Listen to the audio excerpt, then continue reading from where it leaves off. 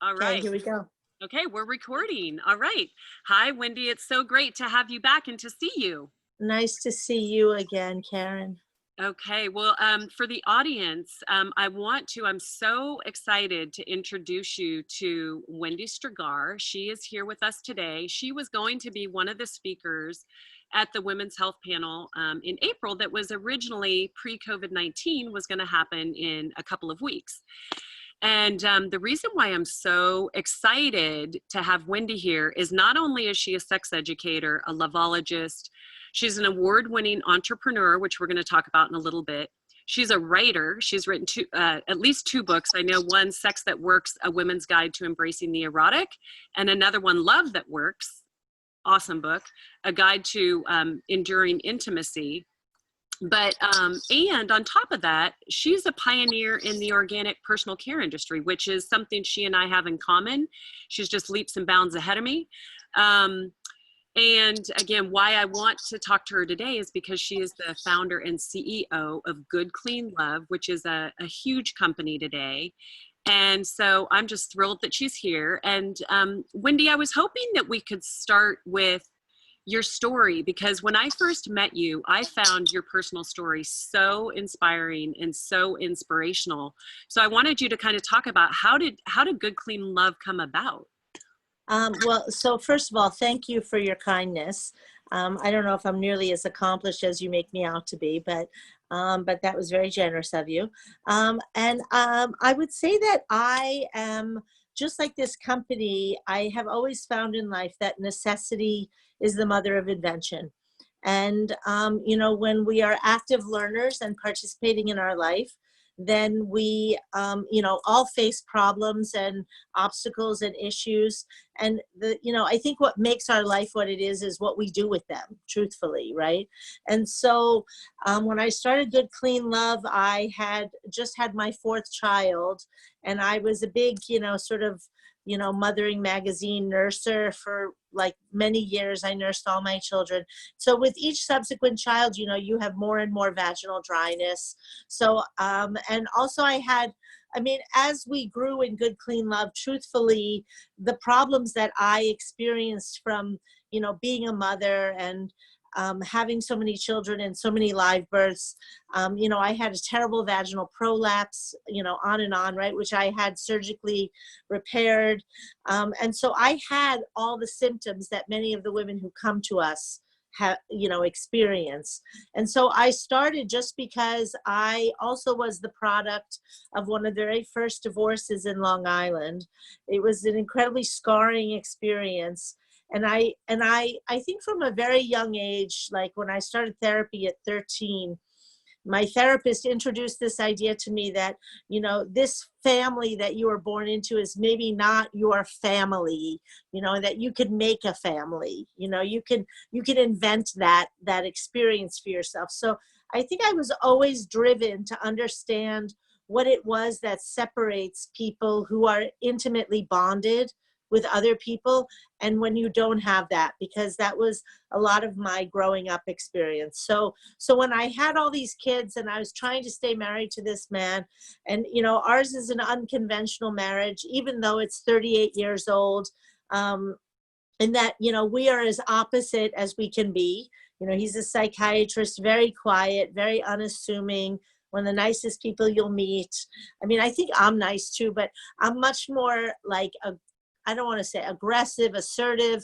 I speak my mind, even when it's unpopular. He's not like that at all, So that was, we've run into issues over many years, but our sex life was the place which was always, fortunately for us, the glue for us. So when the sex stopped working, when I was about 39, 38, I had 4 kids. I had no designs on becoming a single mom with 4 kids. And I was really dedicated to finding a solution. And that's how Good Clean Love came.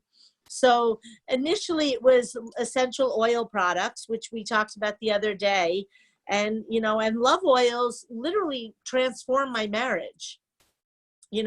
We thought we had somehow gotten better, but really it was the magic was in the bottle. And when we ran out of it, I was like, shit, I have to figure out how to do this. And then slowly, as time evolved, you know, we had customers and they said, you know, you need a water-based lubricant. And then, you know, we tried to make that in the kitchen. Of course, you can't make water-based products in a kitchen, no matter how clean it is, you know, sterile environments. And so it's just been a long evolution. I've been working at this, you know, close to 20 years.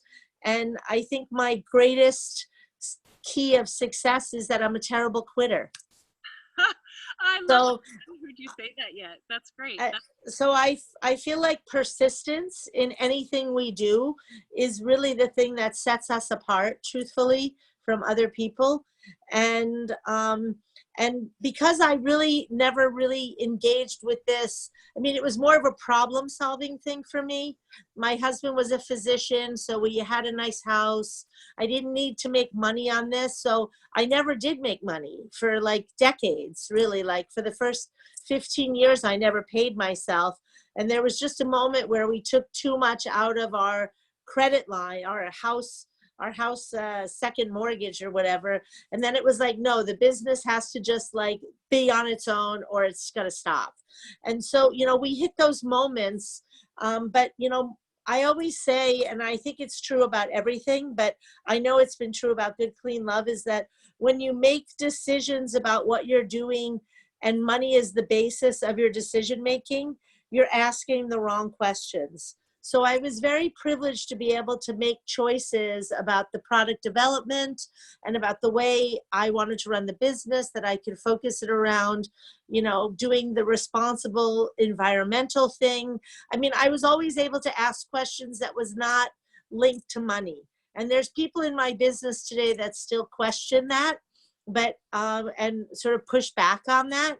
But I really think that when we're really doing our real work, you know, how much money we make or we don't make is really like, that can never be the guiding light. And I think in too many places, for way too many things, which is what I think is coming up in this pandemic, you know, that we make choices for the enrichment of few, and that we as a community, as a culture, suffer when our choices are directed by that. So Good Clean Love was a product of me not quitting, having deep personal needs that translated into not just sexual health needs, but personal care, feminine hygiene needs. And that I was very blessed. I met some really smart people early on, because, you know, again, we weren't driven by money. So when organizations like HIV Alliance came to us and said, will you donate? You know, we have said, of course we would donate to HIV Alliance. And that then in turn became the way that we became really involved in a lot of high level science, because our product was flagged as, you know, isoosmotic, which only became meaningful close to a decade later. Right. And so I think that the universe is a guiding force if you are allowing yourself to be guided by real work. So Oh, that's what I would say about my life. yeah, thank you for sharing that. Yeah. You added some extra flavor there that is really meaningful, especially around the financial piece and your purpose and your passion, because that touches a chord with me and the Women's Health Panel, right? I started that as a philanthropic effort, and that's how I met you. Was I want this woman to come speak, because my goal was zero about money. It was about how do we get the word out there for women. And so I love that Yeah. you shared that. I wanted to go into kind of how you were ending on a little bit more of the science piece of it, Wendy. And I remember when you shared with me a journal article from the New England Journal of Medicine, and it was all about the vaginal biome and the research that is really kicking off in this area, and how important it is, because 5 to 10 million hospital visits, or not hospital, doctor visits nowadays for women, are attributed to some sort of vaginal infection. And can you tell us a little bit about the research that's being done in that area, and Yeah. why it's so important? Yeah.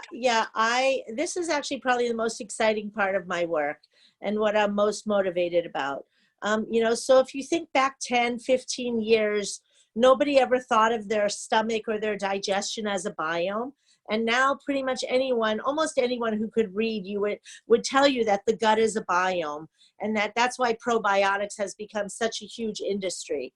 Well, it turns out that actually the way that the gut works and the mucosal membrane that makes up the gut actually occurs in many other places. Our mouth is a biome, our nose is a biome, our eyes, they're all made of mucosal membrane, right? And so is our vagina, right? Our whole pelvic floor area is actually a vaginal biome. And it's an incredibly complex system, just in the same way that the digestive system is really complex. And in the same way, each of those biomes maintains a balance by having good bacteria propagate there. So the bacteria is different in your mouth or in your eyes or in your gut, but there's a specific family of lactobacilli that keeps the vaginal biome balanced. And natural things, natural occurrences, just in the same way in the gut, will knock you out of balance. That's true in the vagina, right? So when you bleed and you have your menstruation cycle, or when you have sex, there's a lot of just natural sort of occurrences that sort of make that balance a dynamic process. But the point is that in a healthy vaginal biome, you can have inflammation, and then the biome finds its balance. And then, so every time you cycle, for instance, when you begin your cycle with your period, that's an inflammatory response where your whole vaginal lining is sloughing off. And then you're supposed to have a few weeks in the middle where you're balanced, and that's where you can become pregnant, right? That's the whole point of a healthy biome, ultimately, is reproduction. That's why, for the gut, it's digestion, so that we can process food and get, minerals and vitamins and excrete the unnecessary. But in the vaginal biome, the goal of that biome is reproduction. And so then when you are building the lining at the end of the cycle, it's also inflammatory, right? But there's this period of time in between. But when you have bacterial vaginosis, basically you have inflammation throughout that whole cycle. And what happens is that your body is just not communicating what it needs to, because it's dealing with inflammation in order for healthy reproduction to occur. We know that that also impacts if you're pregnant and you have BV, you have a lot of negative consequences: preterm labor, low birth weights. So we know that that maintaining a quality of a biome, a healthy biome, is really important. And this is new information, to be fair. When I started this business, I had no idea about any of that. And it's really only in the last maybe 3 years that leading doctors are starting to address the vaginal health as a biome. And I really think that as time moves forward, we're doing a lot on our part to do a lot of education, because there's a lot of research that's been done in different areas. But truthfully, women's health in general is one of the least researched and least expended areas in medical research. I mean, when you consider something like endometriosis, which is a huge problem for millions of women, tens of millions of women, 1 in 10 women has endometriosis. Yeah. And it can take a decade. It can take 10 years to get that diagnosis. Right. So that's like really kind of insanity, really. Like, it doesn't make any sense. And because it takes such a long time to understand what's going wrong, by the time people understand it, 70% of all women with fertility issues end up being endometriosis patients. So, this is where my anger starts to kick in about women's health. Yeah, and at least it's right, finally making progress. I mean, and it's Yeah, people too, right? Pioneers like you, it's doctors like Taylor that I interviewed the other day that actually see the inequity and are really yeah, speaking up about it, you know? yeah, yeah. No, so sorry, I just have to let my dog in here because she's just gonna be singing. Come on. Um, but so yeah, so all of our product development is really about how to enhance the health of the biome, you know, and really a lot of times when you look at the most evolved science, it's really about biomimicry. So we're not looking to change something, we're just looking to support an existing system. And so that's basically what our Biomatched products do. And all of our lubricants also, right? They don't add or subtract any water from the biome. They don't disturb the lining in the biome. They just support the structures that exist to maintain balance. Right. And And it's not so, disruptive. It's not disruptive. That's why I love yeah, this, you know. so a lot of women, it makes me cry, really, you know, will write to us and say that they've gone to 10 doctors over 7 years, and the first thing that's ever helped them is our restore or our balance wash, just a wash, mind you, you Wow. know, because if you learn what's in other products, you know how unbelievably harmful it is. It's actually amazing to me that it's legal, truthfully, but you Yeah, know, I agree, right? Because yeah, why I it's created, weird. when I was in my cancer recovery, why I created some of my own lymph body care, because there was no way I was going to Yeah. put any Well, I more. think I told you when we were on the phone that I talked to a guy who's at one of the leading cancer treatment centers in the country. Lovely man. He said that the conversation I was having with him about biomatched palliative care, like it was the first time he had had any conversation in 26 years of doing just extensive, you know, I know they're trying to save women's lives, but someday we're going to see how barbaric these treatments are because we're going to have something much more evolved to work on cancer with. But like I said, what do you help women with during these treatments or after? And there's no standard of care, like Right, none. right. So anyway, I'm excited because maybe we're going to be able to put together a little protocol and give some women some support. Yeah, and you know, even though the health panel was canceled due to COVID-19 or postponed due to COVID-19, you know, women still want this information and desire to learn more. Yeah, They don't know. Like you said, I think what I found most fascinating about the first two panels was women don't know what they don't know yet. So it yeah, opened up this whole can of worms. right. So anyway, before we finish up here, I did want to, so I love the Good Clean Love products. And, you know, when we post this on Instagram, I'll put your website and everything and all the Hmm. information there for everyone. But I also wanted to have you talk about what you're doing this month in April on your special Uh, on orgasm, because yeah, like, mastering the mystery. yeah, so Yeah, tell yeah, us a snippet about that and how people can find out, how they can join. yeah. So actually, I was doing an interview like this because you know we do this a lot now. Now that we can't go anywhere, we do this a lot. But I do these on a weekly basis. These kinds of interviews on Instagram Live. Wendys Wednesday, one of my employees coined them, and this woman who had made a product to control the depth of penetration, which was really empowering for her. And I think for a lot of women who have painful sex, Was it the um, ONUT? Was it the ONUT? the ONUT. Um, Awesome. Yep. Okay, she was one of my sponsors. Yeah. yeah. But as we kind of dove into the conversation, it seemed like some really basic tips that would really help with painful sex had never been communicated to her, you know. So then I thought to myself, I need to be everybody's Jewish mother for 5 minutes and give some basic helpful information so that we can start to unravel this mystery of orgasm, which for so many people really remains, I mean, I think it's the holy grail, because really it is sort of a reset button that resets our emotional, mental, spiritual, physical life unlike anything. For me, it's really been a way that I really feel really deeply connected to a higher power.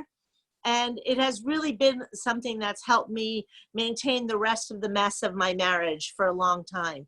Um, but that said, you know, there's a lot of conversations that, you know, like the first one that we talked about last week when you and I spoke, is just like, what does it feel like?